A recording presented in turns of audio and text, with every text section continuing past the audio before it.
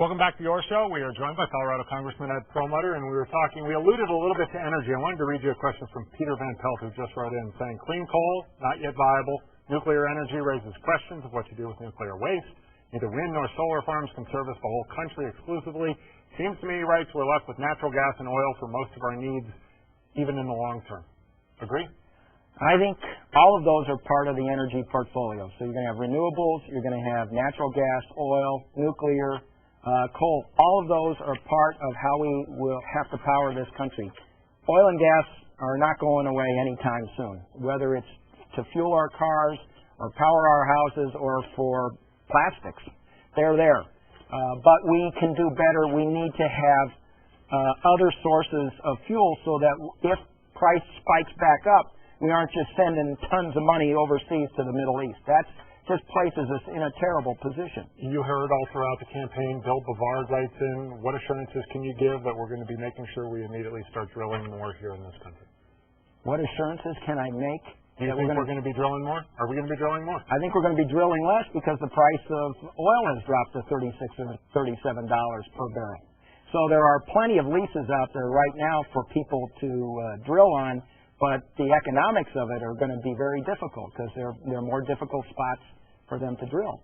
I think there are plenty of places. If we go back to $150 a barrel oil, now we have drilling offshore pretty much all around the United States. I think there are going to be plenty of sites for people to drill on. You and I have talked in the past about kind of the skepticism and maybe even bordering on cynicism that people look at their elected officials in Washington right now. And I wanted to read you a question from Robert Messman, saying what we're seeing today is a set of financial crises among the industries that conducted among the biggest lobbying campaigns and consequently received the greatest support from Congress.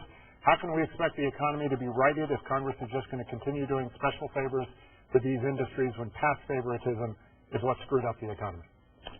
Well, I think it's a whole new ball game with Barack Obama in the White House. I think I don't want to be partisan about this, but starting with Barney Frank in the House Financial Services, where I serve, we started questioning the subprime mortgages. We felt that was going to lead to some real trouble, and it has.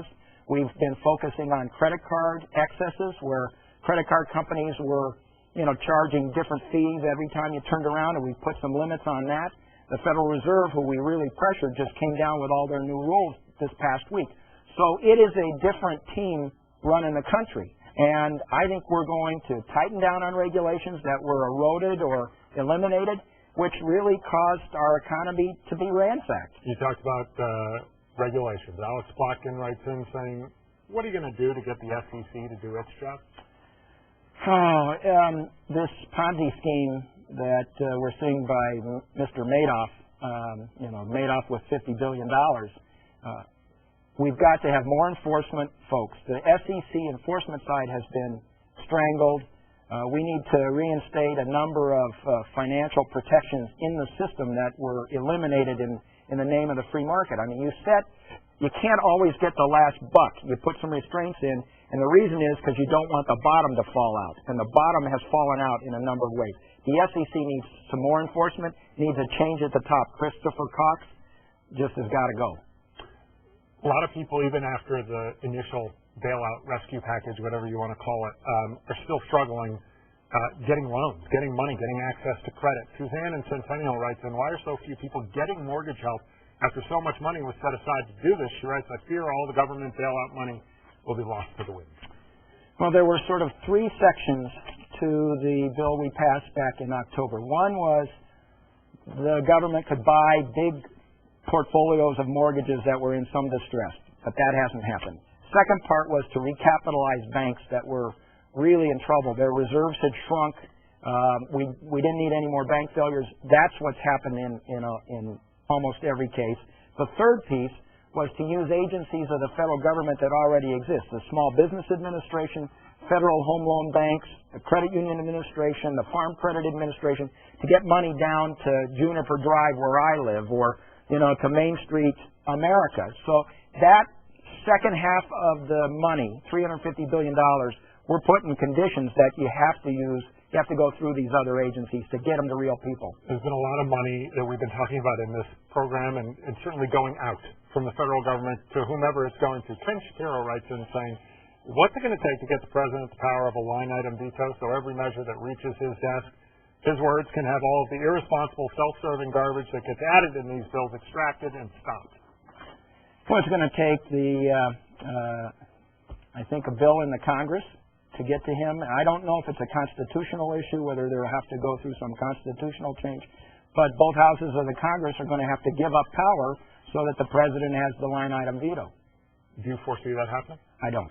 And I don't because I think that a more prudent House, and I think that's what we have now as well as the Senate, are going to be much less willing to do what we would consider to be crazy earmarks. But on the other hand, I may want to try to get additional funding to the National Renewable Energy Lab in the 7th Congressional District.